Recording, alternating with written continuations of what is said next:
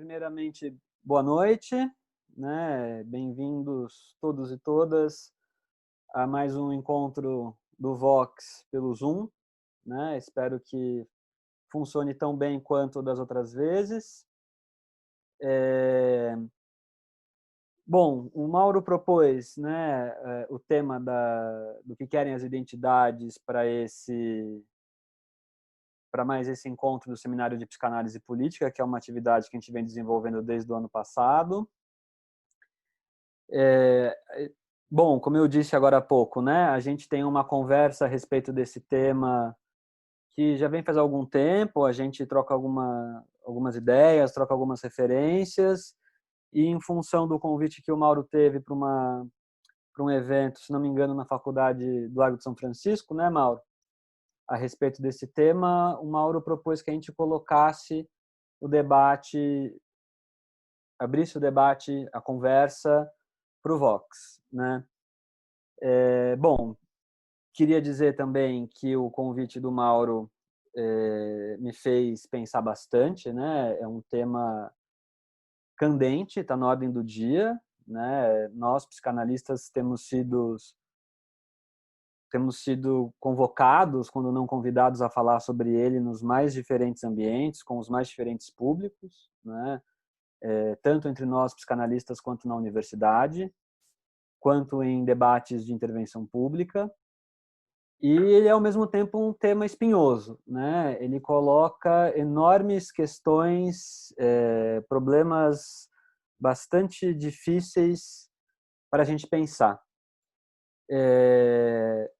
Bom, o que eu vou apresentar para vocês agora, na verdade, é um pouco o percurso que eu fui fazendo para pensar a questão desde o convite do Mauro, né? Então, a primeira coisa que eu queria dizer é que, do meu ponto de vista, identidade não é propriamente um tema, aliás, pode ser um tema, mas não é propriamente um conceito psicanalítico, né? Isso me colocou uma questão que era, bom, como começar a abordar esse tema? E aí, o que, né, o caminho que eu fiz foi assim, um breve recuo à filosofia, né? Porque eu acho que tem um começo de debate ali que interessa para a gente, não tanto pela curiosidade histórica, mas pelo tipo de efeito que ele tem no modo como a gente pensa a questão da identidade hoje. Até onde eu sei, né, essa questão da identidade começa com uma frase difícil de traduzir, que tem muitas interpretações possíveis, do Parmênides, que é mais ou menos o seguinte: o que é, o que não é, não é. Bom, essa frase, ela é uma frase que assim dá muito caldo na filosofia, tem muitos trabalhos, muitas traduções possíveis para ela, né? Mas de todo modo o que me interessa aqui é que essa frase começa a colocar uma questão do que a gente vai chamar depois de ontologia, né? A questão do ser na filosofia e, por tabela, no pensamento, pelo menos ocidental, como a gente o entende.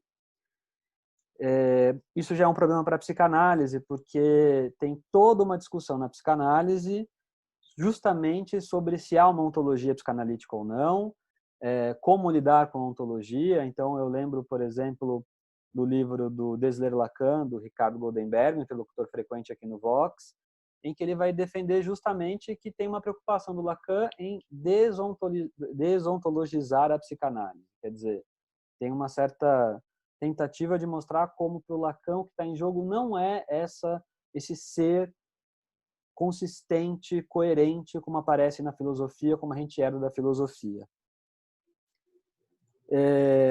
Bom, algumas definições de identidade, pelo menos a gente ter um solo em comum para poder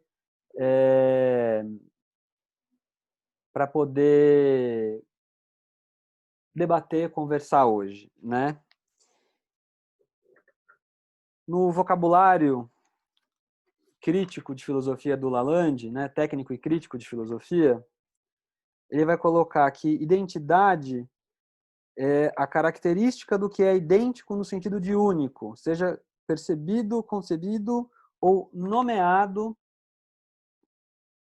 de diferentes maneiras.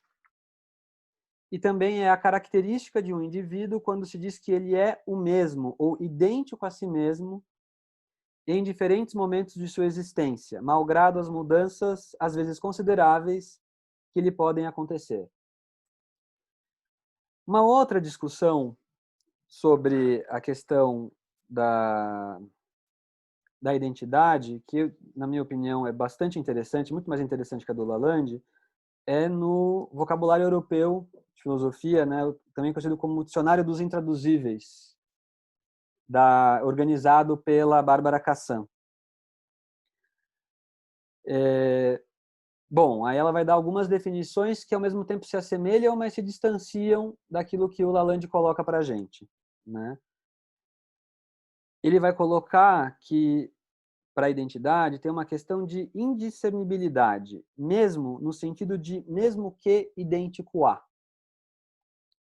Ao mesmo tempo, refere-se igualmente à questão da pessoa, da identidade pessoal, da ipseidade. Ela dá o exemplo, né, de que tem a ver com nossa identificação pessoal, nosso documento de identidade, nosso RG. E os procedimentos que têm a ver com verificar e atestar que nós somos nós mesmos. E ela tenta para uma passagem da ontologia para o transcendental, na qual a identidade reflexiva é pensada como condição de possibilidade de enunciação.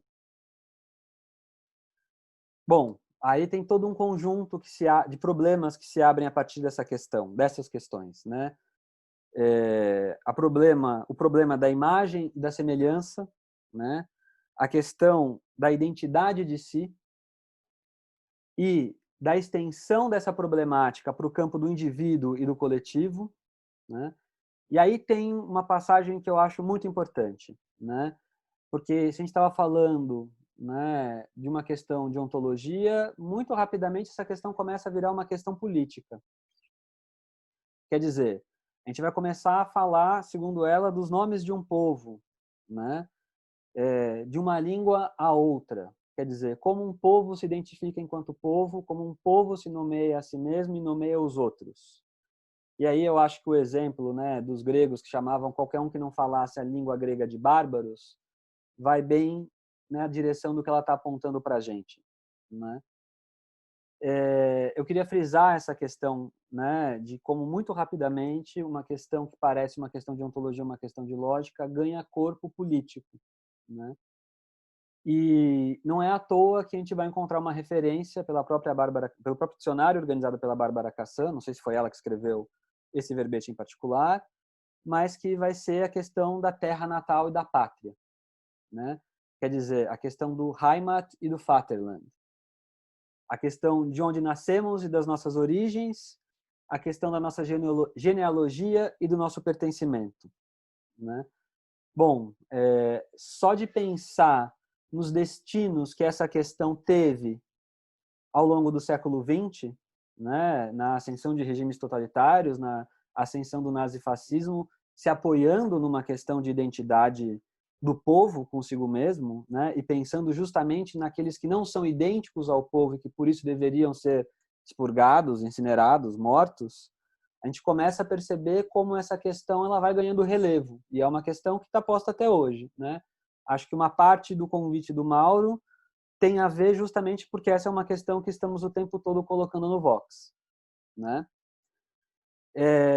Eu queria frisar mais uma vez a questão do termo Heimat, né? Que a gente pode traduzir como terra natal, né? Em alemão. Acho que a gente já teve essa discussão uma vez, faz algum tempo, eu mesmo coloquei ela num dos encontros do Vox, não me lembro qual foi a atividade, mas o que me chama a atenção nesse termo, porque para mim a aproximação mais interessante da psicanálise em relação ao termo da identidade vem justamente por esse termo, né?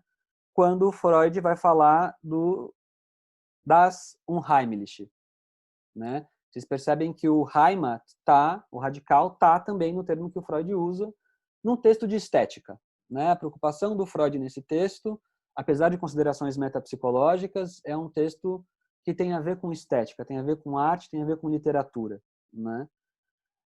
Mas o que me chama a atenção nesse termo, né, e eu acabei de falar ele em alemão, é que justamente ele faz parte desses termos intraduzíveis que a Bárbara Cassan aponta. A gente entra numa série metonímica para tentar dar conta dele, né? O sinistro, o estranho, o estrangeiro, o inquietante, na tradução nova da autêntica, o infamiliar. Quer dizer, ele é um termo difícil de dar conta em português, né? E parte do exercício do Freud nesse texto é mostrar como esse termo vai dar conta, vai se transformar rapidamente no seu contrário, né? Então tem um jogo aí entre o que é familiar e o que é estranho, né? Entre o que é o confortável e aquilo que causa inquietação, né? Bom, o Freud mesmo vai fazer essa menção, né, a uma elaboração dos irmãos Grimm. Ele vai falar que justamente o doméstico ele deriva daquilo que é escondido dos olhos estrangeiros, né?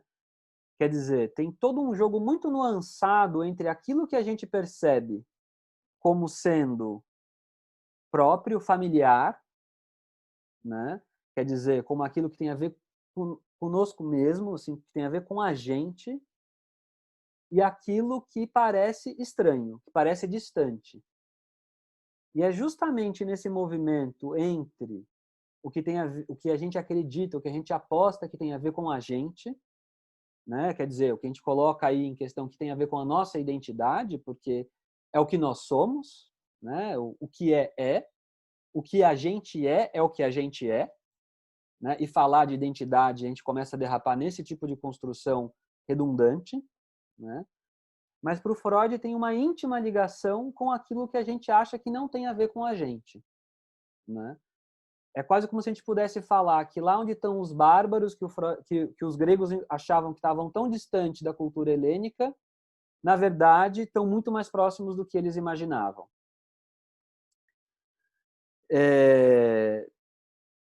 Tem uma frase da Bárbara Cassan que eu vou citar aqui, né? Que é: percebe-se que não se está em casa, chez soi, né, em francês, em si mesmo.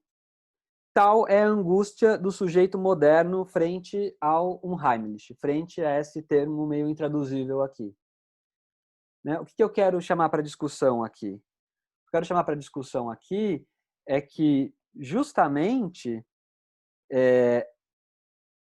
a, a, me parece que a figura mais propriamente psicanalítica para começar a pensar essa discussão das identidades parece, num primeiro momento, o seu oposto, mas que o Freud mesmo vai colocar que esses dois opostos estão em mútua determinação, né?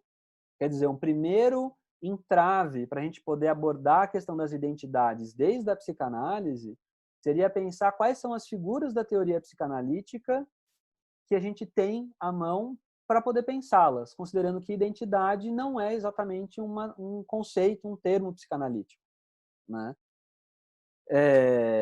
Pelo contrário, né? Assim, pensando muito rapidamente, quando a gente pensa na tradição lacaniana, o que a gente fala, mais do que identidade, é a questão da falha, é a questão da falta, né?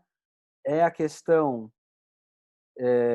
do que nos é alheio, do que nos é familiar nessa mútua determinação, quer dizer, essa ideia de estimidade, por exemplo, né? Na contramão dessa ideia de que existe uma certa consistência ao longo do tempo, né? A gente vem discutindo aqui desde o seminário 5 que um modelo para o inconsciente é o xiste, quer dizer, é algo que tem um efeito e que cai, né? É algo que é descontínuo nesse sentido. É a ideia do não todo que a gente veio falando, acho que não à toa, né, Mauro, ao longo dos últimos encontros. Então, por exemplo, a gente estava discutindo a respeito da identidade do psicanalista, entre aspas, né? E, bom, pode um psicótico ser analista? É condição para ser analista que seja um neurótico? Eu trouxe a questão do caso Amilcar Lobo e da resposta do Alush, a edificação da psicanálise, e você falou alguma coisa como, bom, mas somos não todos neuróticos, né? Quer dizer, É possível que em alguns momentos nós não sejamos tão neuróticos quanto nós acreditamos ser, até porque isso seria assim uma definição de psicose, né? Assim, acreditar nessa ideia. Ou, por exemplo, né, numa discussão que você estava falando na oficina da voz, quando conversando com a Manuela, você traz o exemplo de uma supervisão, né, de um caso que vocês estavam discutindo, e você fala, bom, mas essa criança que tem um diagnóstico psiquiátrico de uma síndrome, ela não é toda ela sindrômica, e aí a questão é justamente fazer com aquilo que não é sindrômico aparecer, né? Isso dá uma orientação para um conjunto de intervenções baseados na psicanálise de como lidar com diagnósticos psiquiátricos, né? E se a gente pegar, por exemplo, o DSM, né, nas suas últimas versões, pelo menos, o que está em jogo é justamente um conjunto de signos que fazem um todo, mais ou menos completo, né? E aí tem uma questão que é como a gente pode, a partir das categorias psicanalíticas, discutir com a psicanálise, como a gente pode, a partir da psicanálise, entender esses diagnósticos que são dados. E não é à toa que, se a gente pegar o DSM mais recente, tem lá um monte de questão de identidade, né? Bom, isso coloca, né, a última questão, a última discussão que a gente teve a esse respeito, quando você trouxe a questão do trans, das trans, dos trans, né? Como pensar em psicanálise a questão da transexualidade, e o que a gente estava discutindo era justamente como a gente poderia pensar que isso tem a ver com um posicionamento em relação, por exemplo, né, pegando o crivo das fórmulas quânticas da sexuação, mas que esse posicionamento ele não é fixo, né? Quer dizer, o mesmo sujeito pode se posicionar eventualmente numa certa cena de um modo que lhe causa justamente estranhamento, porque não é onde ele está acostumado a se ver, a se encontrar, né? Mas, de novo, né, o que está colocado aí é um jeito de pensar as questões de modo que não é tanto que tem modificações, né? Porque a gente fala em modificação desse posicionamento, seja na estrutura, seja nessas fórmulas da sexuação, né? Seja em relação a esse diagnóstico sindrômico, o que está posto é justamente modos de se posicionar na estrutura, que são descontínuos, né? Que não são fixos, que não são, desse modo, consistentes consigo mesmo o tempo todo, né? E a gente começa a escapar dessa ideia de identidades, né? A gente começa a perceber como tem um impasse que a ideia de identidade traz para a psicanálise se a gente não se ocupa a pensar nas mediações necessárias para importar um conceito que está posto, né? E esse conceito está posto, né? Por isso que eu comecei falando que temos dificuldades, que a gente precisa dar conta, que a gente precisa, bom, estou tentando fazer isso um pouco, né? Mapear, que a gente precisa refletir, né? Sobre os quais a gente precisa refletir, para que a gente não seja muito rapidamente aprisionado justamente numa identidade de psicanalista para ter que se posicionar sobre o tema, né? E aí a psicanálise só fala do inconsciente, como Freud falou há cento e tantos anos. A psicanálise só fala do falo, né? A psicanálise tem uma compreensão já posta, definida, fixa a respeito do que é, por exemplo, a perversão, né? A psicanálise já tem uma definição posta e imutável sobre o que é ser psicanalista. E eu comecei a pensar que isso é uma hipótese para a gente conversar hoje, que, eventualmente, um dos erros estratégicos que nós estamos fazendo quando a gente é convidado a esse debate é que esse debate é colocado já a partir da identidade como sendo, já a partir do psicanalista como sendo participante de uma identidade profissional. E a gente precisa parar para pensar em como a psicanálise, né, como eu procurei elencar rapidamente aqui, tem um conjunto de figuras que parecem que vão na contramão dessa ideia de identidade, começa a ser convocada justamente a partir dessa identidade para responder a problemas que são colocados desde um jeito de pensar identitário. E aí a gente tem muito desencontro, né? E aí eu insistiria que desencontro é um tema propriamente psicanalítico.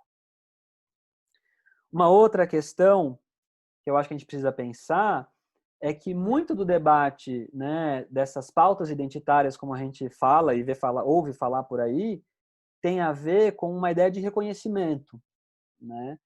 E eu acho que aí uma outra questão que a gente precisa pensar em psicanálise é como em psicanálise lidamos com a ideia de reconhecimento, de déficit de reconhecimento, por exemplo, né? De falta de reconhecimento. Eu acho que a gente tem que pensar alguma coisa a respeito disso, porque, por exemplo, a gente vem tentando fazer uso dos esquemas do Lacan, vem tentando ler os seminários do Lacan, construir um certo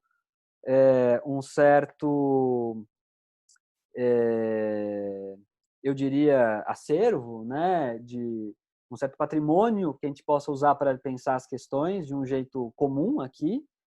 E aí, se a gente pensar, né, como a gente vem, né, a questão dos esquemas que o Lacan coloca em relação ao eixo imaginário, né, e como o que está fundado ali na relação é justamente um desconhecimento, né, e não um reconhecimento. Como a gente pode pensar o modo como o Lacan vai tentando construir a questão do grafo do desejo, como o que está posto ali também tem a ver justamente com inconsistências no outro, né? Chega um estágio do grafo que o outro é barrado, né? Não existe outro do outro, né? O outro não vai poder garantir isso que eu acho que ele vai poder garantir. Quer dizer, esse apelo ao reconhecimento também tem problemas desde o ponto de vista da psicanálise, do jeito que eu comecei a pensar sobre a questão, né? E, bom, eu estava tentando, né, comecei mostrando como tem, assim, como essas questões que parecem questões muito filosóficas de ontologia, de lógica, começam rapidamente a virar questões políticas, né? Ainda que por meio de um texto de estética do Freud, que foi a via que eu escolhi entrar nesse debate, né? E aí eu acho que a gente tem que pensar, primeiro, como respondemos a demandas políticas, sendo que esse políticas é entendido desde uma concepção de política que não é a concepção da psicanálise, não é a concepção que a gente trabalha no Vox. Então, como a gente vai responder a elas desde uma ideia de política que seja uma ideia mais psicanalítica do que exatamente identitária, né?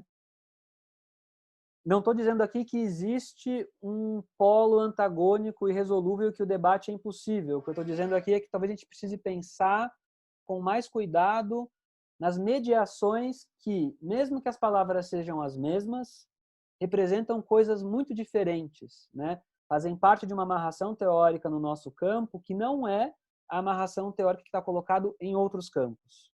Eu acho que isso pode ser fonte de maus entendidos, né? Que a gente precisa pensar, porque isso tem a ver com como a gente se posiciona, né? Então, por exemplo, né, os psicanalistas se posicionando a respeito das mais variadas questões em textos de intervenção enquanto psicanalistas.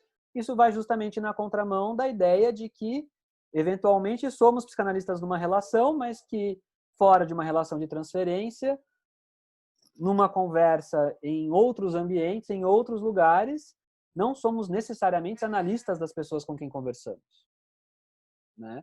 Isso já orienta um modo de se posicionar a respeito das questões que estão colocadas para a gente, que não é o modo como a gente normalmente enxerga por aí. Eu só queria frisar também, né, já para encerrar um pouco e passar a palavra para o Mauro para a gente poder abrir para o debate, que não se trata de deslegitimar essas demandas políticas e sociais que nos são endereçadas desde do campo das pautas identitárias, vamos dizer assim, né? Não se trata disso, até porque essas demandas elas têm raízes muito concretas num tipo de desigualdade tipicamente brasileira, né? O Brasil é um país desigual nas mais variadas formas de definição possíveis de desigualdade, né? Isso já coloca um problema, porque muito rapidamente a gente importa um certo léxico, um certo modo de pensar identidades que vem de outros contextos, né? Mormente do mundo anglo-saxão.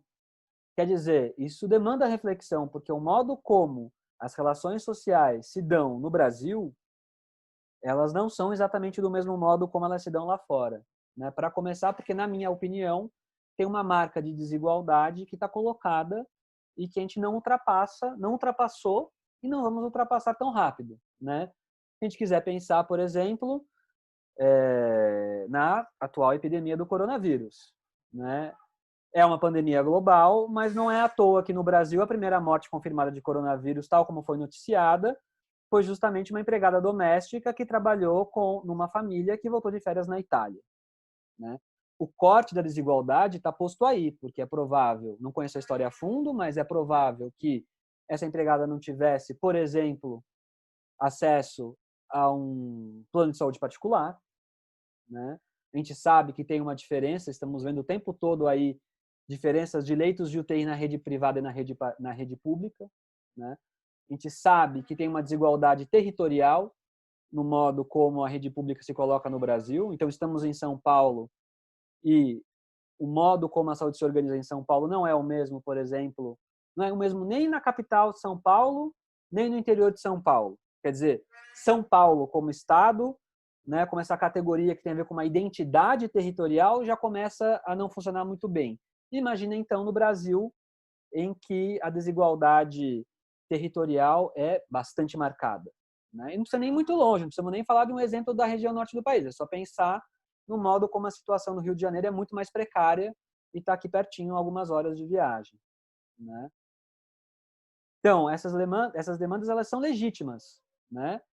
A questão é como a gente se posiciona a respeito dessas demandas no debate político desde a psicanálise e como, conduzindo uma análise, a gente pode ouvir essas demandas dos nossos analisandos, das nossas analisandas, dos nossos analisantes. Quer dizer, ouvir isso tem que ser desde o ponto de vista em que a psicanálise funda a sua prática, né? Ouvir isso em análise não é qualquer coisa. Não é à toa que a gente pode encontrar nos nossos analisantes, pelo menos a minha experiência nas últimas semanas foi que todo mundo fala de coronavírus, mas nem todo mundo fala do mesmo jeito de coronavírus, né? Endereçar esse tipo de questão, desde conceitos como transferência, por exemplo, é o que vai pautar uma escuta analítica em relação a esses termos.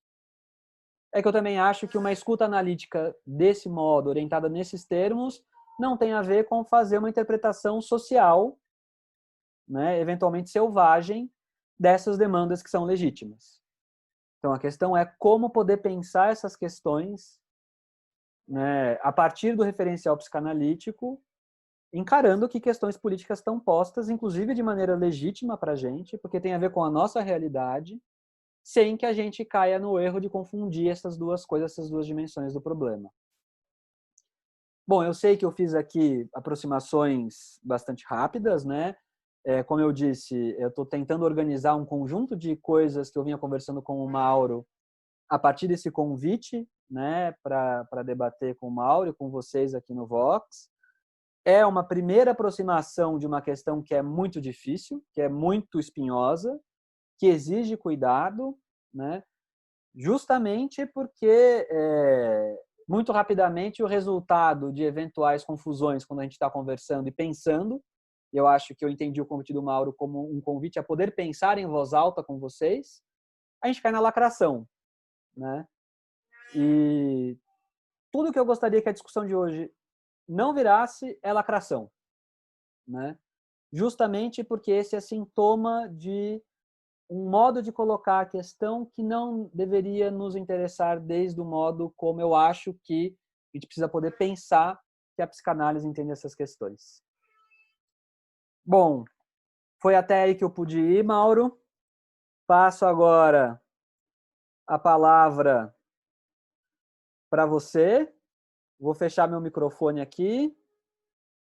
E é isso. Tá me escutando? Obrigado pela sua introdução, Ludo. Como sempre, bastante fértil. E vou partir dela para introduzir o que eu tenho para articular hoje. Em primeiro lugar, como eu já havia dito para você, em função desse convite que me foi feito lá para a Faculdade de São Francisco de Direito, onde eu apresentei esse mesmo título, O que querem as identidades. É uma intervenção que não pôde ser realizada em função do surto do coronavírus. Eu decidi colocar esse título porque esse título ele implica necessariamente a economia do desejo no interior da questão das identidades. O que querem as identidades. Então, isso significa que o desejo que está presente no problema da identidade não é evidente tal como se supõe. Por outro lado, eu tenho também duas preocupações que você deixou evidentes e que eu só vou dar extensão a elas.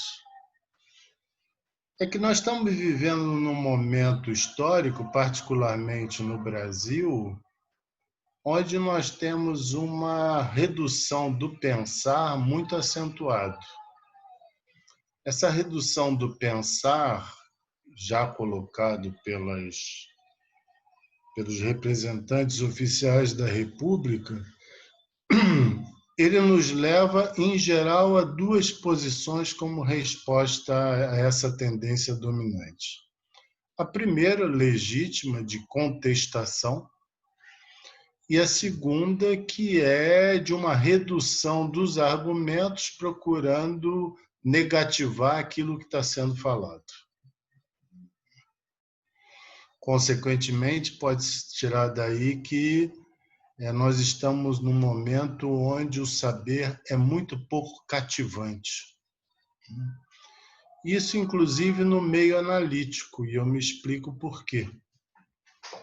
Já que é muito comum no meio analítico a questão das identidades ser assimilada por um conjunto de analistas, inclusive as críticas que são dirigidas à psicanálise, que por falta de uma pesquisa mais exaustiva, esses mesmos psicanalistas não se dão conta que são críticas profundamente equivocadas. Ou, se elas têm algum fundamento, elas têm um fundamento numa leitura reduzida da contribuição freudiana, tanto quanto da contribuição do Lacan, já que essas críticas à participação da psicanálise nos problemas da sexualidade tende a identificar a sexualidade como um binarismo, como se um binarismo e uma heteronormatividade, que são praticamente as palavras de ordem dos movimentos identitários quando criticam o que vem desde a psicanálise. Me surpreende a adesão a esse tipo de crítica por parte da comunidade analítica, mas eu entendo também que, à luz disso que eu falei no início, face a essa certa miséria de elaboração que a gente tem passado, os psicanalistas, quando não se veem com condições de avançar a complexidade do seu campo, vão buscar reconhecimento nos fenômenos que têm uma certa notoriedade social. Então, no lugar de poder trazer contribuições que não têm um escopo tão abrangente no sentido do alcance público, se visa, na falta disso, abraçar determinadas pautas sociais como forma de comparecer enquanto psicanalista num cenário sempre identificado com causas que são muito bem, dizer assim, elas são muito bem aceitas, até porque cada uma delas tem, como você bem mencionou, uma legitimidade, porque não estamos aqui para discutir se há legitimidade ou se não há legitimidade nas pautas identitárias. O que me interessa particularmente hoje é como, eu digo hoje porque esse é um encontro que é apenas o primeiro passo, nós ainda veremos de avançar, né? O que me interessa é poder, à luz dessa questão das identidades e da extensão disso no meio social, poder, em reserva, articular os fundamentos a partir dos quais nós podemos, não propriamente oferecer uma resposta a isso, porque eu não me sinto em dívida, já que eu não me sinto identificado com essas críticas, mas sim de poder responder e avançar questões que, no meu entender, um psicanalista tem um certo compromisso ético de poder sustentar. Isso mesmo, eu vou começar lembrando uma definição da identidade, que é uma definição corrente, que a identidade ela é a qualidade do idêntico. Ela também se define como um conjunto de características que distinguem uma pessoa. Isso pode ser a cor da pele, isso pode ser a posição econômica, isso pode ser a escolha sexual. São diferentes formas de abordar uma pessoa a partir das características em que ela, entendam, se autonomeia. Então, ela se diz, por exemplo, e vocês sabem que existiram e continuam existindo vários problemas relativos à cota das bolsas nas universidades, porque muitos dos pleiteadores dessas bolsas se nomeavam como negros de uma forma um tanto quanto sem critério, já que eles não portavam nenhum traço mais distintivo, né, da condição de negritude. Isso gerou uma série de polêmicas nas universidades, inclusive contestações bem severas. Mas aí eu também resolvi partir para poder começar a articular isso, dizendo que, na psicanálise, a identidade é um tema que só é articulável a partir da identificação. Então, não há articulação possível da identidade sem o tema da identificação.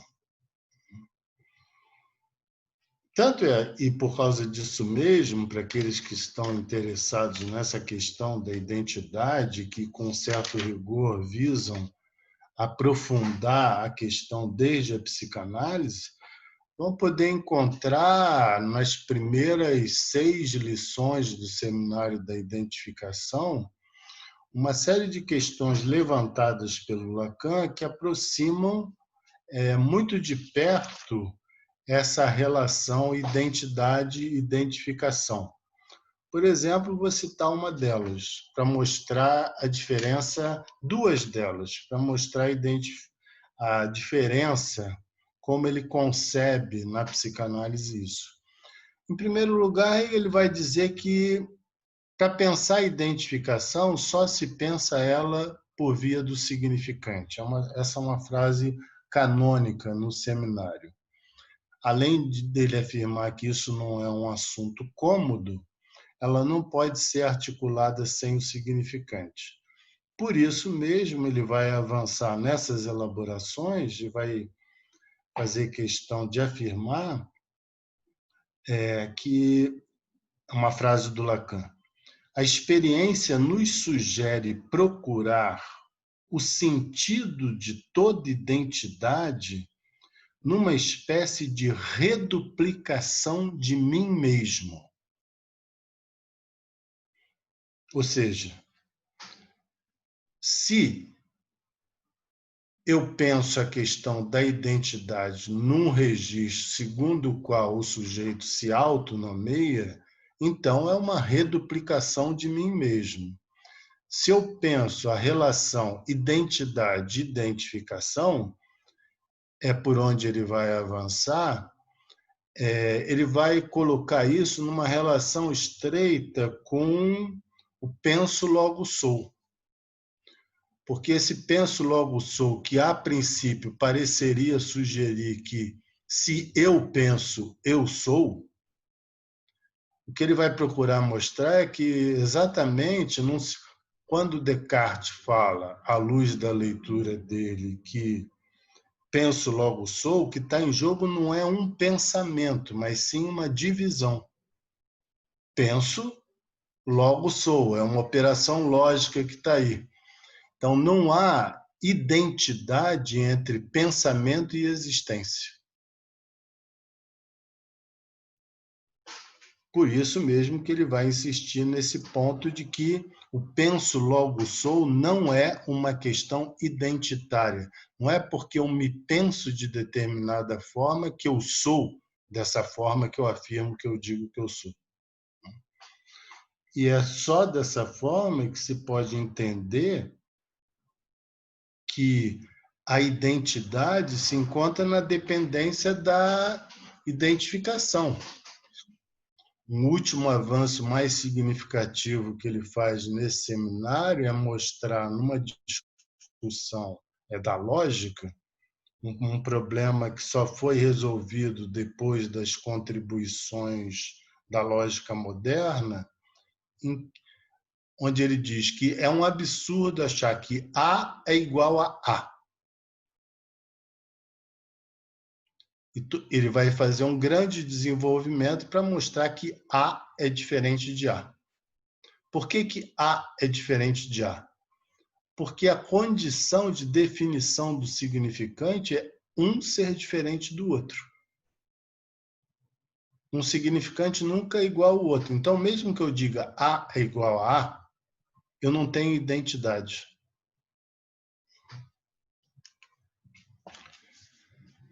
Bem, de maneira a poder agora retirar algumas... Vejam que, como eu disse antes, eu não me sinto endividado com nenhum movimento identitário e com nenhum representante. Consequentemente, eu estou aproveitando essa oportunidade para retomar questões a partir das quais eu considero que um psicanalista minimamente precisa estar avisado para poder criar um diálogo sustentável e não somente ficar abraçando teses que, em boa parte das vezes, desqualificam o seu campo de experiência. Uma outra menção que eu vou fazer hoje é no seminário Lancy, na primeira e na terceira lições. Na primeira lição, que é do dia 16/11/76, quem acompanhou aquele seminário, aqueles encontros da Oficina da Voz que eu dei,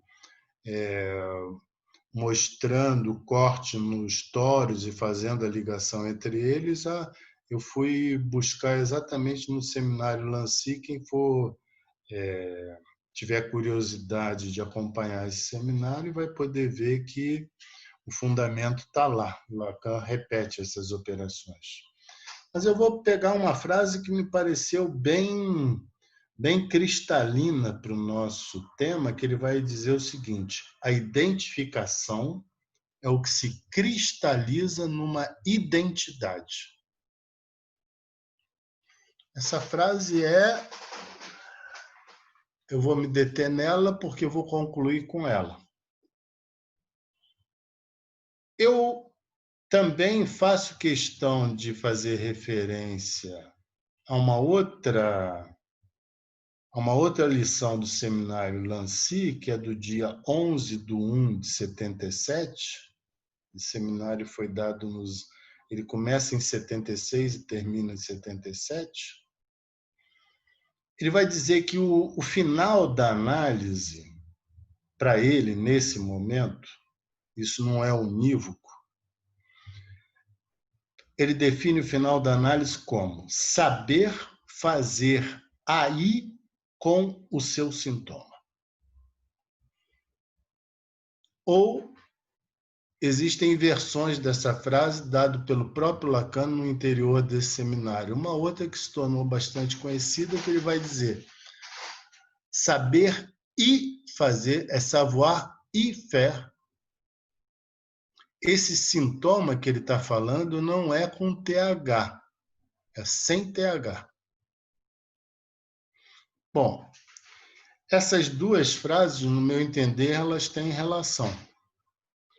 Porque quando Lacan assinala que o problema do final da análise é saber e fazer, ele faz um seguinte recorte. Ele diz que esse saber e fazer tem a ver com o sujeito poder se desembaraçar do próprio sintoma. Não é que você não vai ter sintoma, por isso que o sintoma aí não está com TH dando uma solução mais elegante como havia sido construída no seminário de Joyce.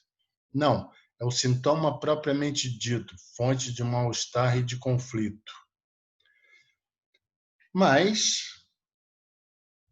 se você consegue fazer com que o seu sintoma seja produtivo a ponto de você poder não se embaralhar com ele, ou seja, não padecer de um gozo sacrificial, consequentemente, esse sintoma passa a significar uma limitação, sim, mas não mais uma limitação tal como aquela que havia sido estabelecida na história de cada um de nós. Por que eu digo que a frase, a identificação é o que se cristaliza numa identidade, a frase do final da análise tem relação? Porque se nós observarmos bem, vamos poder constatar que a identidade é alguma coisa que nos é profundamente íntima. Ou seja, o que a identidade nos constitui, como você muito bem mostrou? É a noção de si mesmo.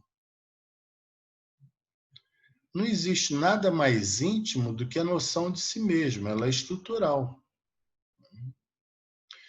Ela é estrutural, mas ela não tem um caráter definitivo no sentido do sujeito ter como única condição garantir a sua existência a partir do seu si mesmo.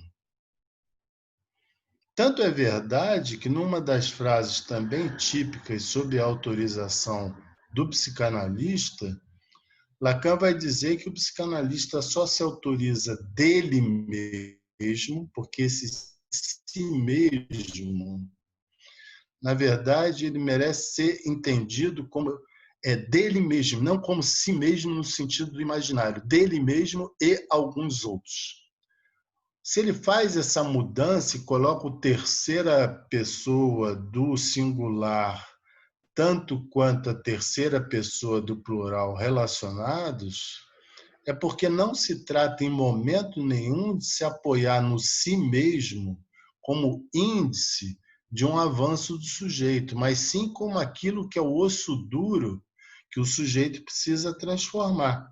Daí eu ter falado que existe uma relação entre essas duas frases. Ou seja, se eu, enquanto um ser que me estruturo segundo identificações, vou me cristalizar numa identidade, isso significa que uma das maneiras de eu não me encerrar na identidade como eu mesmo é eu poder saber fazer com as minhas limitações de uma forma em que eu possa acolher isso que vem do outro de uma maneira a poder realizar transformações nesse mim mesmo. Daí eu ter falado que quando eu fico no mim mesmo, é tão somente uma reduplicação do si mesmo. E aí me parece que a gente tem o problema propriamente que está em jogo na questão das identidades, e em boa parte, até onde eu tenho conhecimento das pautas identitárias, é porque as pautas identitárias, elas sustentam que o sujeito pode se autorizar por ele mesmo no sentido de si mesmo e não precisar de um outro diferente dele para que ele possa falar dele próprio. Daí que, por exemplo, só pode falar das mulheres quem for do sexo, do gênero feminino ou do sexo biológico feminino. Estamos num momento onde essa ignorância atingiu um tal nível de tal nível avassalador que praticamente se conquistou a possibilidade de eliminar a dimensão do outro para, investindo nessa condição onde o sujeito se define segundo si mesmo, ele haverá de ter que demandar condições de reconhecimento, como você disse, porque como é que ele vai conquistar condições de reconhecimento quando ele se encerra nele mesmo? Apenas no momento em que ele se agrupa entre iguais e se reúne entre esses iguais para poder, então, fazer um apelo às condições do discurso jurídico para obter as conquistas às quais ele se vê privado e que é fruto do seu próprio posicionamento. Porque se eu não me abro para constituir a minha posição a partir de um outro que seja diferente de mim, eu vou precisar me encerrar entre os iguais e lançar a mão da instância jurídica para então conquistar os direitos que eu acho que eu tenho. Não por acaso eu penso que foi um sujeito sensível do meio do direito que me endereçou esse convite para poder falar sobre as identidades, porque nesse momento ele considera que essa é uma das grandes dificuldades do campo jurídico para enfrentar essa multiplicidade de demandas que chegam até os tribunais. Então, acho que chegando até aqui, a gente pode avançar alguns outros pontos. E você, por favor, Ludu, você libera o microfone para as pessoas poderem se manifestar.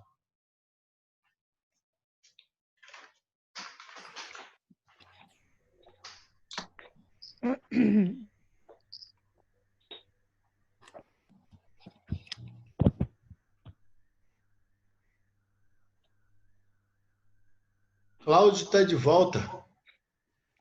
Oi. Você tem o microfone. Eu acho que agora soltou o microfone, Cláudio. Foi? Estão conseguindo me ouvir aí? Tá. Antes estava fechado. Fala, Olá. pessoal. Pô, Tudo meu primeiro bem? dia aqui usando o Zoom. Estou tentando ainda aprender a navegar aqui. Você está de quarentena, Cláudio, em algum lugar ou não? Você precisou ficar de quarentena? Ninguém me orientou a isso, né? Lá no aeroporto não tem fiscalização nenhuma instrução, nada. Desci do avião, saí tranquilamente. Mas estou de quarentena por questões, né, por decisão Segundo as própria. orientações brasileiras, né? Mas não porque alguma autoridade tenha me orientado. Mas desde que eu cheguei domingo passado, estou dentro do apartamento, não saí ainda. Estou vivendo a vida digital aqui. Então eu estou aos poucos voltando aí para as atividades, mas pô, muito legal ver os rostinhos de todos aí, poder escutar vocês. Legal. Tava com saudades aí de todo mundo. O Cláudio, que é um músico? Desculpa, você é músico? Não. Você trabalha com música? Não sou eu. Talvez seja o Thiago, né, que você está pensando. Mas não, pode música não sou eu. Tá certo. Mas não sei se que eu posso continuar a conversa aí, fazer um comentário. Claro. Pô, muito legal ouvir aí os comentários do Mauro e do Ludu. Esse é um tema que tenho trabalhado bastante lá no Instituto de Psicologia, né, no trabalho com os alunos que eu venho conduzindo. E que também acabou sendo um tema bem presente nesse tempo que eu passei lá em Londres, porque o departamento que eu estava vinculado é um departamento de Psychosocial Studies, né, estudos psicossociais. Então, realmente tem muita coisa de pauta de gênero, pauta identitária, questões de raça. Então talvez aproveitar o que já foi dito e colocar algumas questões, né? Acho que uma muito importante que foi destacada é dessa diferença entre a pauta identitária e a questão do reconhecimento, né? Acho que teve um texto do Safatli que saiu aí recentemente, aquele Como a Esquerda Brasileira Morreu, né? Apesar do título midiático, tem bastante coisa interessante lá. E uma das que ele aponta é bem essa da gente não cometer o erro de confundir a pauta identitária com a luta de reconhecimento, né? Tomar a parte pelo todo. Porque que haja a questão identitária dentro desse contexto, isso não quer dizer que ela se reduz a isso, né? A luta identitária é muito mais ampla, né? Então, talvez um caminho que daria para a gente discutir a partir da psicanálise era de pensar esses níveis como tática, estratégia e política. Que a pauta identitária pode ser uma espécie de tática dentro de uma luta de reconhecimento, isso talvez tenha algo a ser avançado, né? O problema começa a ser quando a gente, do lado de cá, por exemplo, toma a pauta identitária como um todo, e aí começa a descartar e apagar a questão de reconhecimento que está em jogo, né? Acho que o Mauro chamou a atenção para psicanalistas que fazem esse tipo de análise rasa. Mas também é um problema do lado de lá, né? Quando o movimento da militância começa a achar que vai resolver o problema da luta de reconhecimento apenas pela via da pauta identitária, isso também pode dar um certo curto-circuito, né? Que é a questão do si mesmo, que o Mauro destacou. Mas um outro ponto que eu colocaria assim na discussão, né, que acho que é para ser considerado, de que o Ludu falou isso, né, de como tem uma questão do contexto brasileiro que precisa ser levado em conta, né? A pauta identitária aqui não é a mesma nos Estados Unidos, não é a mesma na Inglaterra, não é a mesma na França. A questão é justamente como esse fluxo de ideias, né, colonialistas chega até a gente. Como que isso se monta. Claro que tem uma dimensão de importação de ideias anglo-saxônicas pela via da academia, né, que acho que o Ludu destacou, mas também tem uma presença muito forte de como isso chega para a gente através de conteúdo cultural, né, principalmente material que vem dos Estados Unidos, através de séries de TV, filme, redes sociais, Hollywood, internet. Então, isso coloca um desafio para a gente de, por um lado, conseguir de alguma maneira rastrear como que isso se monta, como é que a gente chegou nessa situação de pauta identitária, lacração e essa bagunça política que está no Brasil hoje, né? Mas ao mesmo tempo tomando cuidado, né, de que o Safatli fala isso no texto também, são lutas de reconhecimento, né? Então, o problema identitário da questão racial não vai ser exatamente o mesmo da questão LGBT, não vai ser exatamente o mesmo do feminismo, né?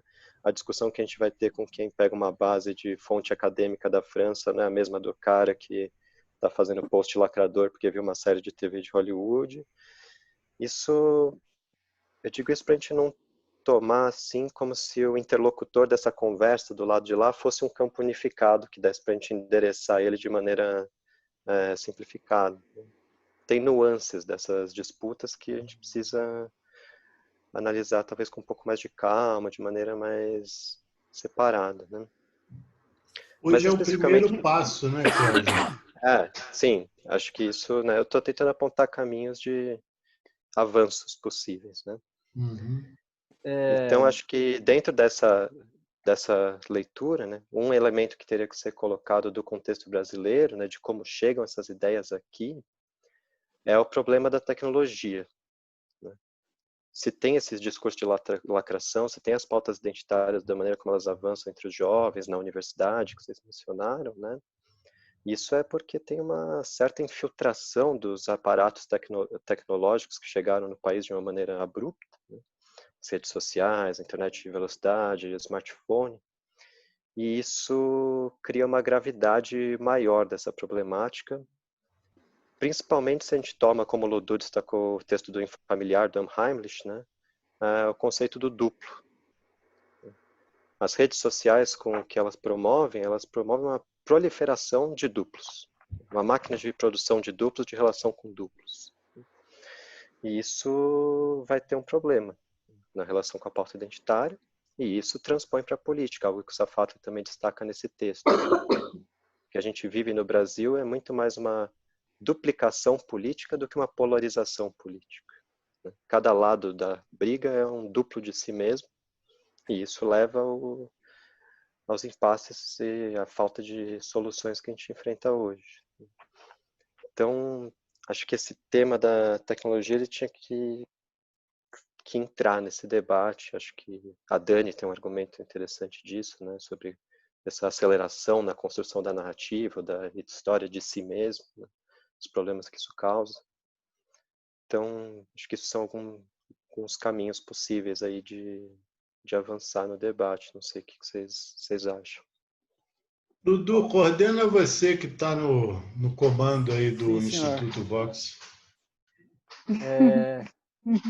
Ô, Dudu, Oi. só uma coisa, eu acho que quando um estiver falando, ainda é melhor os outros estarem com o Vou microfone fechar todos aqui, desligado, então. porque faz barulho, né? Bom, fechei de todos aí.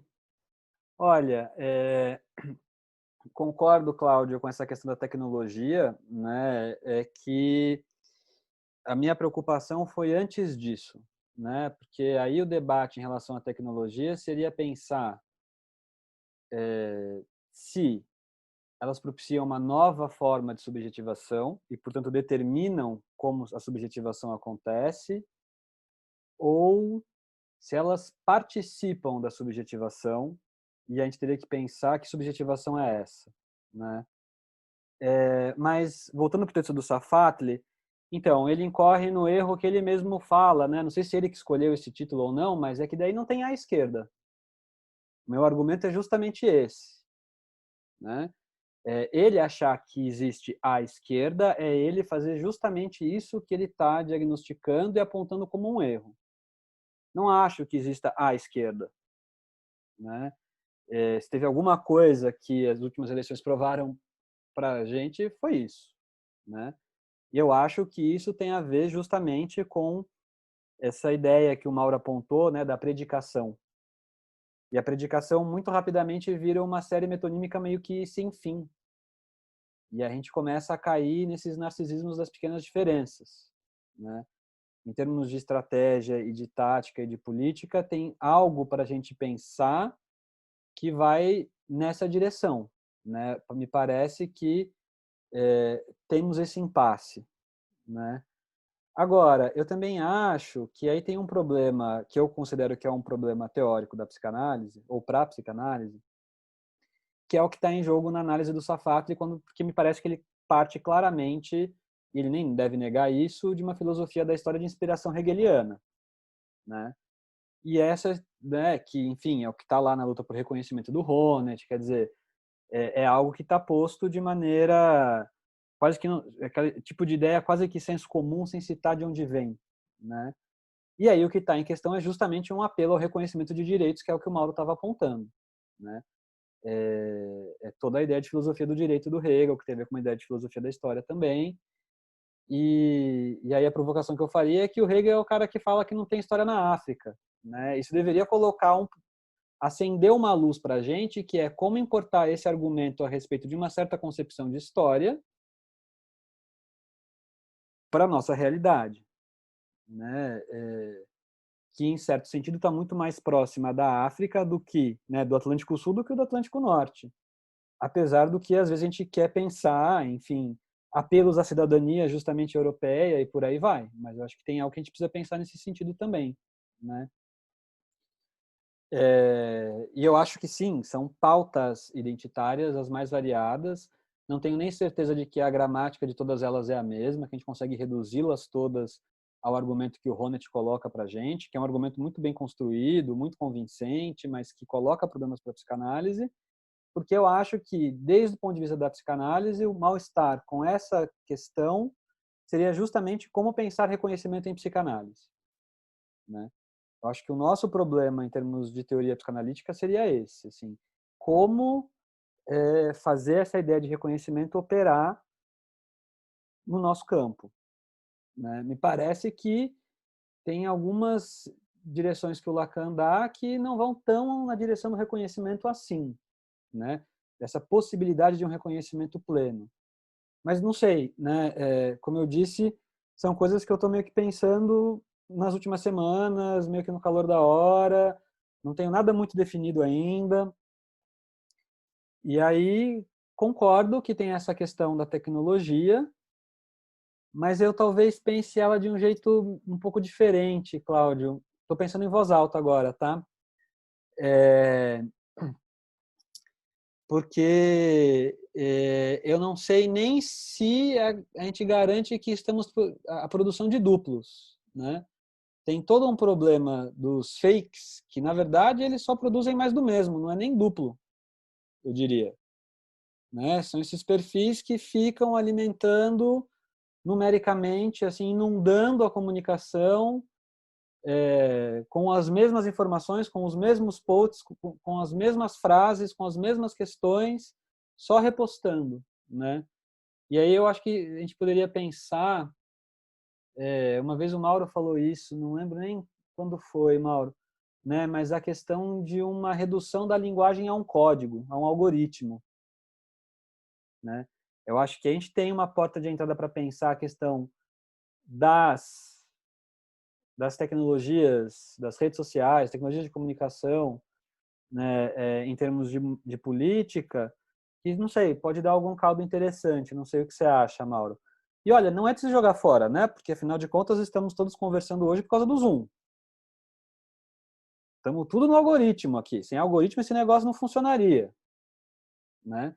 A questão é uma extrapolação disso, um certo uso disso com fins determinados, com estratégia, com tática, com política, né? O problema é que elas vão na contramão do que eventualmente a gente acha que tem que ser isso mesmo. Mas, Cláudio, olha, de novo, né? Tô pensando assim, tudo meio que em voz alta, uma coisa toda assim, talvez fazendo um pouco jus ao que eu estava apresentando, assim, sem muita consistência, sem muita coincidência consigo mesmo. As coisas estão bem espalhadas mesmo, né? Eu acho que foi assim que eu consegui responder a provocação do Mauro, né? Mas eu concordo, a gente tem que pensar a questão das ferramentas tecnológicas e como elas, de alguma maneira, parece que se encaixam bem com essa questão das pautas identitárias, que eu concordo com você de novo, elas não são unívocas, né? Pelo contrário, elas são muito plurais.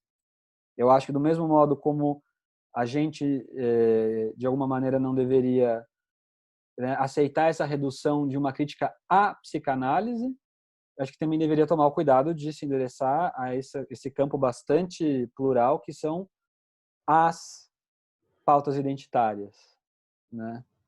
Mas, enfim, é mais ou menos isso que eu poderia dizer por agora. Vamos ver quem tem mais questões, além daquelas que já foram observadas, né? Eu Só tenho lembre uma. de, quando for falar, ativar o microfone. Tá, tudo bem, obrigado. Boa noite para todo mundo. Eu queria pegar carona nisso que vocês três falaram, especialmente nessa questão da tecnologia que você trouxe, Cláudio, para pensar num ator que eu fico na dúvida se a gente está levando em conta, que é o ator da contra-revolução, sei lá, a gente não sei exatamente um termo muito adequado para chamar, mas seria o produto inesperado, talvez a excrescência que nasceu quando as pautas identitárias começaram a se alastrar no mundo, especialmente aqui no Brasil, de 2010, 2014 para cá, né? E aí eu fico pensando assim, se por um lado as pautas identitárias como elas são lidadas hoje, elas criam esses impasses que a gente tem debatido, por outros elas têm os avanços inegáveis, enfim, são inúmeros, teria esse terceiro ator que eu me indago se vocês conseguiram incluir, eu que não entendi, ou se a gente precisaria levar em conta, que seria o cinismo que se produz e a rede social, enfim, as mídias, a tecnologia acabou catalisando, que culminou na eleição do Bolsonaro, sei lá, que culmina na eleição do Donald Trump, que eleva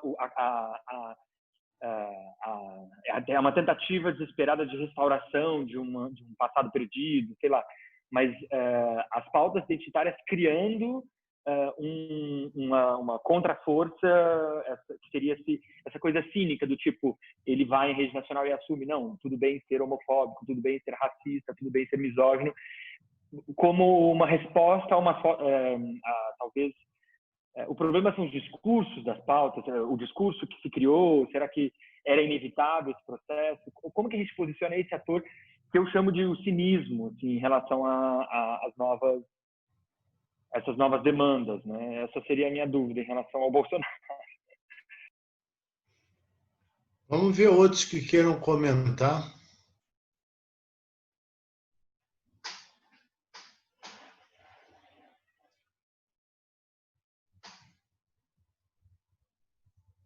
Posso comentar uma coisa? Então, bom, muito interessante entender essas vieses, né, de ponto de vista, né, sobre a identidade. Mas, assim, eu que participo muito de rede social, né, desde lá do começo, lá, quando virou... Quer dizer, eu estou acompanhando o advento do computador, né, desde os anos 80. Participei de movimentos sociais, principalmente movimento feminista. Então, assim, quando o Dr. Mauro fala o saber, né, o que eu acho legal na psicanálise lacaniana é que, assim, tem uma hora que o Lacan, o Dr. Mauro Mendes Dias, fala aquelas palavras mais simples, mas, assim, definitivas, né, com uma certeza. E aí, quando a gente está na rede social, naquele embalo, né, no streaming, que é o rave, né, o marketing rave, eu, por exemplo, sou muito reconhecida, mas quando eu falo, as pessoas, nossa, ela é iluminada. E eu sei que eu causo. Mas chega uma hora que as pessoas estão no automatismo verbal e assim, uma coisa que eu aprendi muito é reconhecer o decalque, que é um termo, né, da psicanálise, que só com a psicanálise lacaniana, via o Dr. Mauro, né, dos ensinamentos, que eu fui entender o que é, e praticando, reconhecendo a fala, fazendo duelos, né, porque não é fácil a gente chegar com a verdade da fala, né? A fala tem uma verdade. Você chega diante da pessoa, você tem a verdade do seu olhar, né? E aí você chega na realidade todo mundo de máscara. É o teatro. Eu adoro Charles Sanders Peirce, mas muitas vezes que eu tentei falar, inclusive com o movimento de esquerda que eu conheço, as mulheres principalmente, né, e fortes, eu fui falar de psicanálise, elas vieram com as máscaras, vieram com as máscaras, não, vieram com o problema do decalque, né?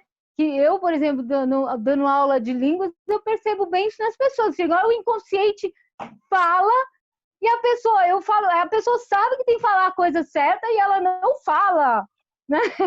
Ela não fala, ela fala outra coisa e eu ponho ela na realidade, falo, literal, volta para lá. Agora imagina no movimento social você falando, por exemplo, eu falando com a feminista, uma das maiores aqui, respeitosa, minha amiga, e ela falando, eu não quero saber do Lacan, porque isso, porque eu sofro mesmo, eu quero sofrer, entendeu? Então, assim, como que fica a gente falar? As pessoas sabem que elas podem ter uma identidade e é muito legítima a história de construção do tropos de cada uma, né? Mas quando chega na interação, no exercício da representatividade, que isso eu posso falar bem, né? Muda tudo, porque entra no imaginário e entra também uma coisa que eu fico sempre debatendo, assim, às vezes falo com o Dr. Mauro na minha análise, e eu vejo isso com as pessoas participando, é que assim, falo assim, gente, assim, eu estudei filosofia e uma coisa que, por exemplo, eu já participei de tribuna popular. Então, uma coisa que eu sempre fiquei assim, esse negócio de voto de Minerva, né? Chega uma hora que todo mundo, na Grécia, todo mundo tinha identidade. Nós tivemos os maiores filósofos do mundo. Eu estudei os filósofos Parmênides, os pré-socráticos, todos tinham. Por que na hora que todo mundo tinha que falar e fazer valer o que todo mundo sabia que era importante, predominou outras coisas, né? Tivemos que trabalhar com esse... Oi? Você é realmente uma pessoa diferenciada pelas suas posições e É verdade.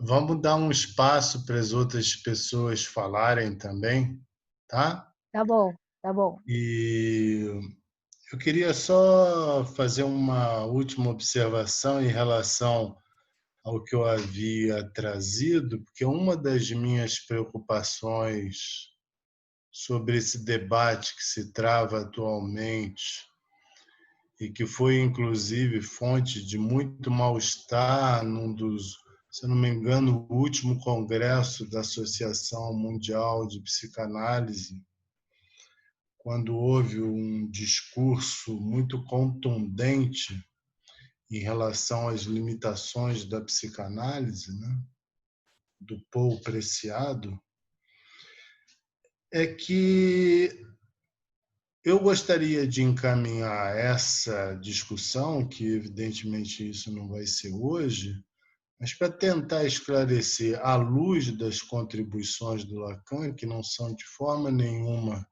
coincidentes com as de Freud, o que significa ser homem e o que significa ser mulher para além de uma questão de gênero e para além de uma questão de binariedade enquanto homologada a uma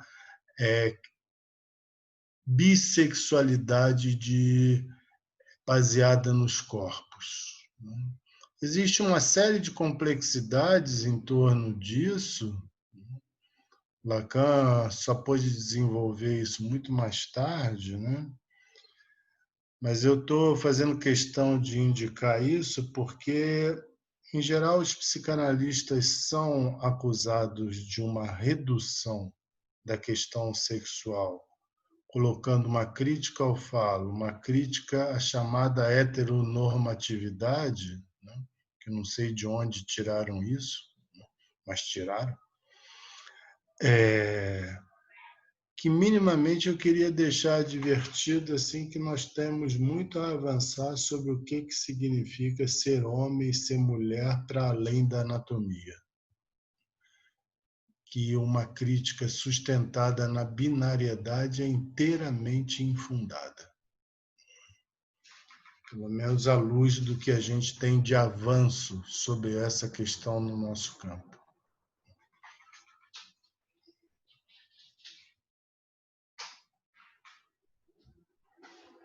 Mas isso exige um tempo de avanço, né? Daí que eu tinha falado que hoje nós estamos dando o primeiro passo e, posteriormente, nós vamos, nos próximos encontros, poder desdobrar essa questão, porque ela exige, como eu falei, uma disposição para pesquisa e para a complexidade que essas críticas estão longe de ter.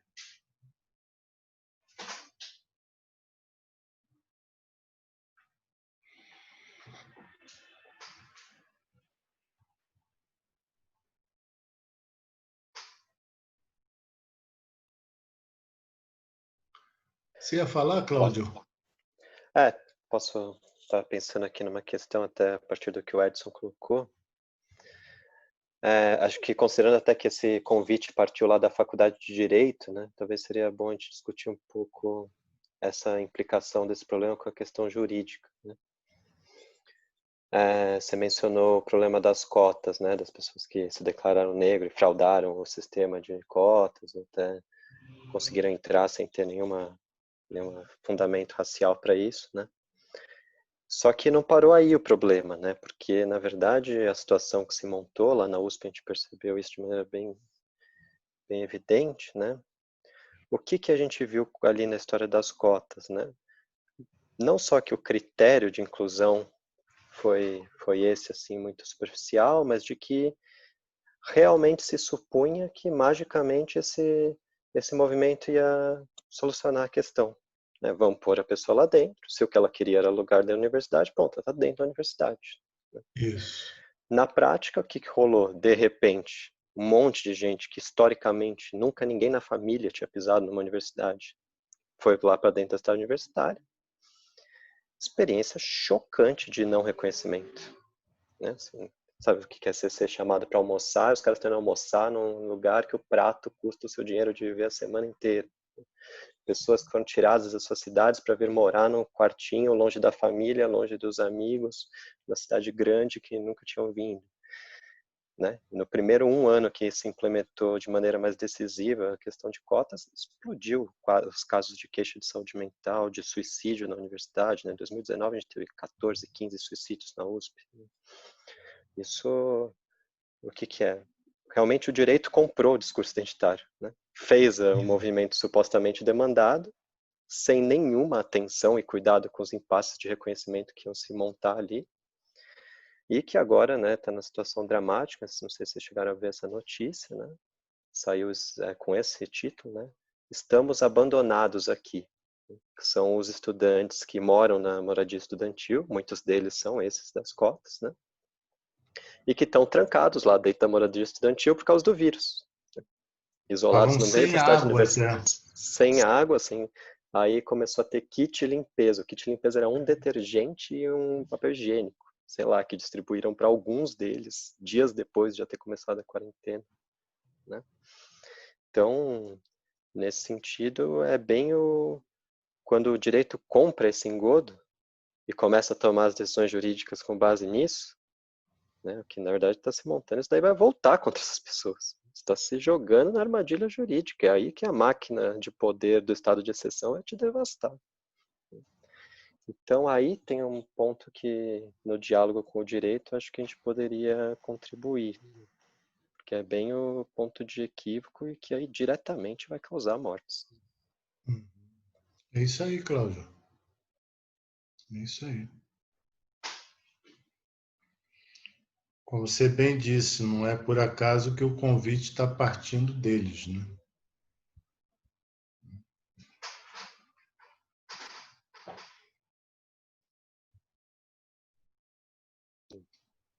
E que, inclusive, lá na Faculdade de Direito é onde a pauta identitária é uma das que mais tem potência dentro da USP. Realmente muito forte, né? A organização dos alunos em torno disso, né? Então, tem uma questão da relação com a lei que se monta aí que acho que nisso a gente teria bastante para contribuir, né? Quando esse encontro for remarcado, eu vou avisar a todos. Boa.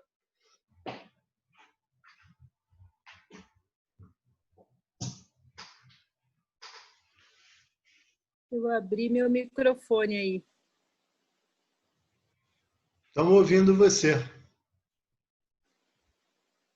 Então, Mauro e Ludu, realmente eu achei a proposta do tema super interessante e a forma também como vocês colocaram preocupados em facilitar a abertura da discussão e não a lacração, né? Como disse o Ludu no final da intervenção dele, eu acho que ilumina um pouco o tom que sempre a gente observa no Vox de uma maneira geral, o que é muito legal. E o que eu fiquei pensando, Mauro, é assim, é que nas falas de vocês e nas intervenções que sucederam, realmente houve uma profusão de temáticas que daria realmente quase que para pensar tem tema aí de metro, né? Como a gente falava antigamente, né? Acho que várias temáticas foram abordadas, né? E eu vou falar algumas delas. Uma das coisas que esse tema realmente, como acho que vocês já perceberam, realmente toda essa é uma questão que me convoca pela minha história, né, de trabalho, pela minha história de construção, né, das minhas relações com a academia, né, que eu sou psicóloga, mas também tenho um mestrado na área de psicologia social, onde eu fiz meu mestrado foi na área do jogo, né? E, ao mesmo tempo, né, na sequência, construí toda a minha aproximação com a psicanálise e com a saúde pública. Então, esses temas todos eles são muito, muito caros. para mim. E eu acho que uma das coisas que mais me chamou um pouco a atenção nas colocações de vocês, todos, foi assim, uma certa sensação de que, já não me lembro, um rapaz jovem, que eu não guardei o nome, não o Cláudio, o rapaz que recebeu, Cláudio, Edson. Edson, falou um pouco, né, de como as pautas identitárias elas cresceram, né, de 2010 a 2014. E eu acho que ele falou bem, porque na verdade elas cresceram, mas e talvez tenham sido aceleradas pela questão da tecnologia, mas na verdade a história dos movimentos sociais e dos movimentos que agora se chamam, né, como identitários, mais recentemente, mas a história dos movimentos sociais ela é bem anterior a isso tudo, né? E se a gente for pensar, né, nos anos 70, nos anos 60, nos anos 70, a questão do movimento feminista, ela foi muito importante, mas nos anos 80 e nos anos 90, o movimento gay, né, cresceu excepcionalmente, muito associado à questão da AIDS, e também o movimento negro, né, empurrado, né, pelo próprio crescimento, né, para as regiões mais periféricas e alcance junto à população negra mesmo, né, começaram a demandar uma série de direitos específicos. Então, realmente, nos anos 90 a gente chegou na juventude, nos movimentos jovens, né? Então, daí, né, foi havendo quase que uma partição e uma repartição, né, como se fosse uma profusão de novos aparecendo, como que nós estava num processo de abertura política nos anos 80, e depois, realmente, com um processo crescente de democratização e de participação social, isso tudo se alargou. Então, o que eu acho é que, sim, a questão da tecnologia ela tem um peso importante, talvez nessa difusão, né, nessa aceleração, mas esse processo ele é muito anterior a isso.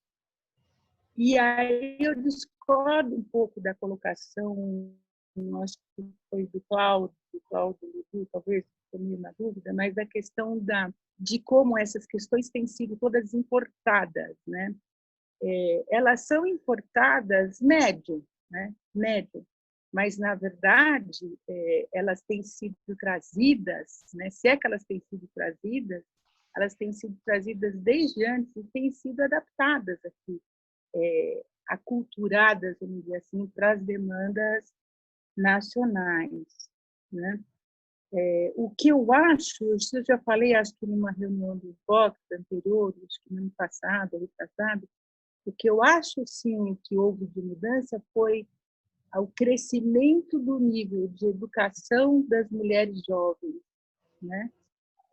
E a presença, demograficamente falando, a presença massiva dos jovens no panorama nacional, que hoje, em números absolutos, o número de jovens é enorme, né? As mulheres cresceram enormemente em termos de inserção no mercado de trabalho e nos anos de escolaridade. Então, eu acho que, e junto com isso, a questão, sim, do crescimento tecnológico. Eu acho que todas essas questões, elas têm o seu peso. Agora, o quanto que a psicanálise dialogou com todo esse processo de transformação, aí eu acho que a gente poderia dizer que ela foi... olha, me ocorreu a palavra pífio, né? Acho que o diálogo foi pífio.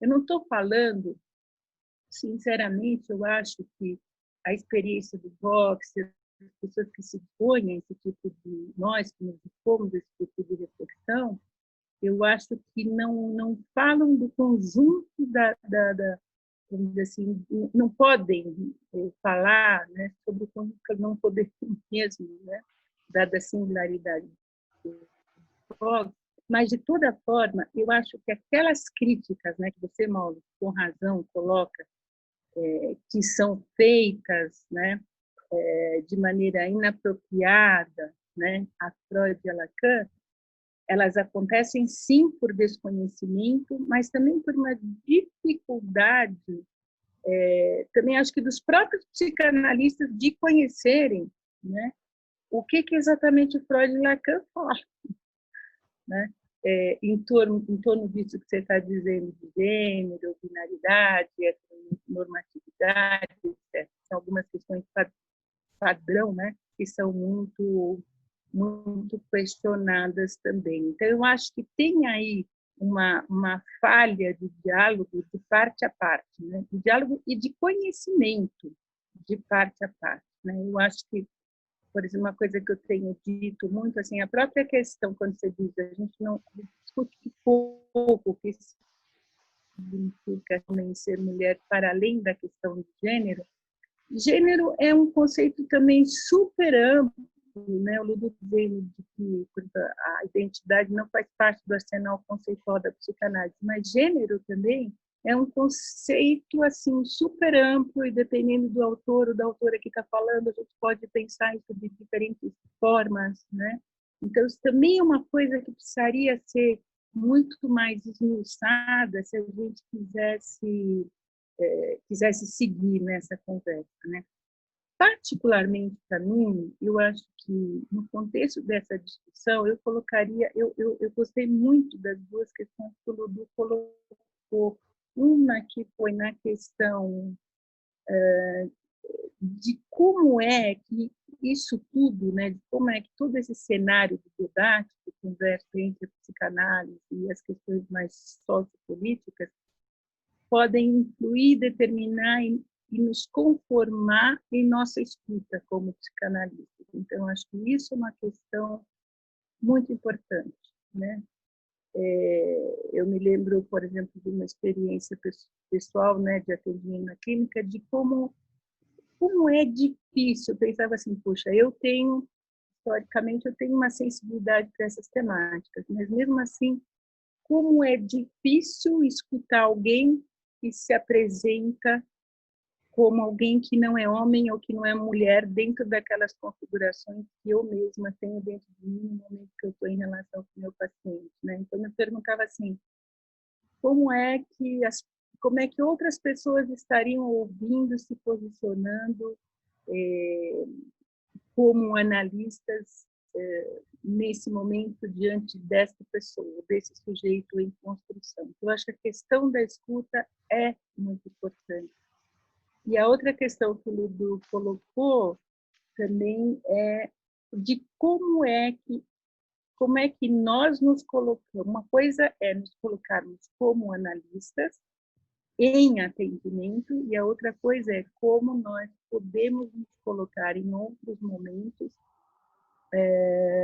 frente a todas essas questões, sem estarmos nos posicionando como analistas em uma relação transferencial, clínica e transferencial com o paciente em atendimento, né?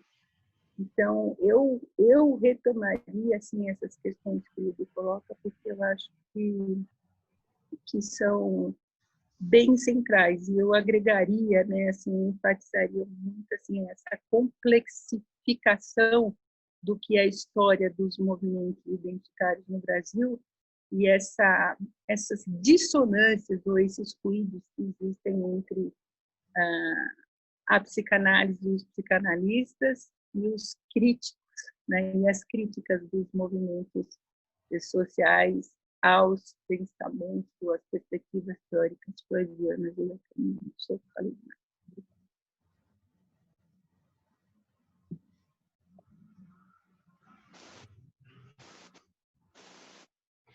Alguém mais gostaria de fazer pergunta, fazer alguma observação? Eu vou colocar um comentário aqui, Mauro. Estou aqui. Está me ouvindo? Agora estou ouvindo e vendo. Tá bom. Então, achei muito interessante a sua proposta, Mauro, separando e, ao mesmo tempo, conectando, né, o tema da identidade com o tema da identificação no Lacan, até porque esse seminário que você citou, eu acho um dos mais difíceis de todos eles, inclusive mais difícil que os últimos, porque é justamente o seminário em que ele faz a passagem de uma teoria simbólica totalmente fundamentada no significante para começar a pensar uma teoria simbólica pensada no número, né? E essa passagem é pela via do tema da identificação, então eu acho que não tem debate fácil aí. Mas eu queria acrescentar aí um ponto ao debate e saber se eu entendi, se eu acompanhei bem a sua proposta, conectando com o ponto inicial do Dudu, né? Quando você expõe, Mauro, essa esteira, né, que na psicanálise a identidade ela não vai sem a questão da identificação, né, e que a identificação ela é um dos pilares simbólicos para uma constituição do sintoma, né, e sendo o sintoma aquilo que o final de análise pode deixar operar como algo do elemento de identificação do sujeito que não necessariamente o impeça de ir para frente, né? A tua proposta é ele saber fazer com o sintoma, é saber deixar com que o sintoma não paralise o sujeito, né? E aí a questão para as pautas identitárias é justamente se na narrativa da identidade o que não está em questão é justamente o apagamento dessa condição de identificação como uma possibilidade de saída simbólica, né? Uma identificação que seja válida para o sujeito, não no caminho da alienação, mas no caminho de construir um sintoma que não o impeça de ir adiante, né? Qual é a consideração que me fez pensar nisso? Eu acho que uma das grandes dificuldades do nosso debate é sempre trabalhar com esse interlocutor imaginário, né? Por isso as pautas identitárias, né? Como se fosse um plural que é ao mesmo tempo todos, mas não é unívoco, né? E como se fosse um sujeito que está sempre muito adiante, né? Agora, quando as pautas identitárias elas são trazidas pelos sujeitos nos consultórios, né, o que a gente observa é justamente um achatamento das condições de identificação pela supervalorização das condições de identidade, né? Então, acaba tendo um fenômeno, né, que o Lacan qualifica como o caminho da loucura, né, que ele vai dizer o louco é aquele que se acredita idêntico a si mesmo, né? Então, na medida em que eles vão fazendo consistir a loucura de se acreditar idêntico à narrativa que vão sustentar, né, ficam cada vez mais distantes das próprias condições de identificação simbólica que poderiam, né, ajudar numa saída não alienante, né? Aí eu acho que a preciosidade da palavra unheimlich levantada pelo Dudu nesse debate, né, que enquanto há uma identidade pela via do sujeito louco acredita-se idêntico a si mesmo, é porque o unheimlich não está operando. É isso aí. Não tem absolutamente nada a retificar, pelo menos da minha parte. Que, aliás, você tocou num ponto que é o grande impasse dos movimentos identitários com a psicanálise. Algumas décadas atrás, se você chegasse no consultório do analista e se apresentasse como homossexual, quaisquer questões que você viesse a relatar sobre os seus conflitos e encontrar por parte do psicanalista uma interpretação que ia remeter isso sempre à problemática da identificação edípica como um impasse do qual você foge. Isso, evidentemente, é uma idiotice crassa e que deu munição suficiente para os psicanalistas se tornarem sinônimos de todo mundo, né? Mas o ponto que você levantou, ele é importante porque quando a gente vai trabalhar com um sujeito que se define na sua identidade sexual como homossexual, não está interessando interrogar a homossexualidade dele no sentido de causa dos problemas dele. O que está interessando é poder interrogar a forma pela qual ele sustenta um dizer em função da posição sexual. Então, você vai interrogar o dizer dele e não a condição sexual. Porque um vai repercutir no outro.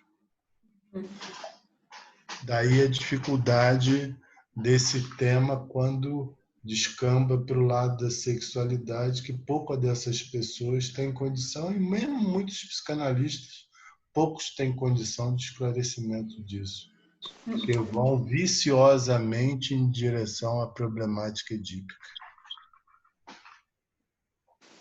Sim.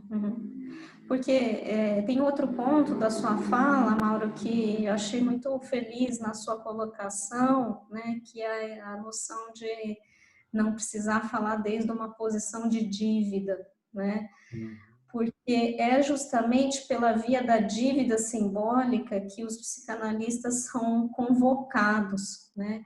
E o que está em jogo, né, pelo menos em boa parte, né, nos discursos narrativos, é um reconhecimento, é a luta pelo reconhecimento de uma dívida lá da origem, né? É uma dívida simbólica da origem, né? E essa origem, ela vira sinônimo da identidade de si, né? Ocorre que o tratamento da psicanálise, ele necessariamente passa por esse luto da origem, né?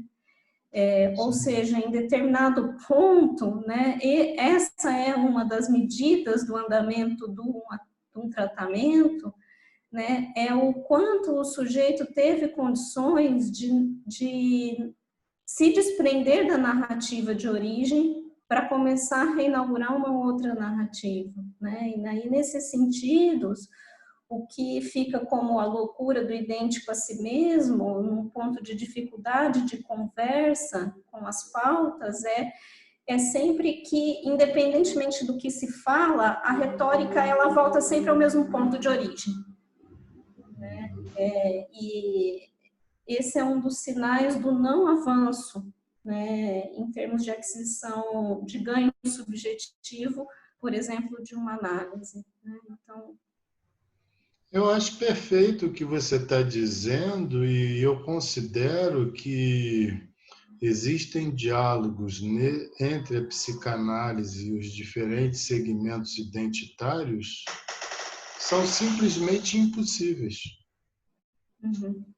Sim.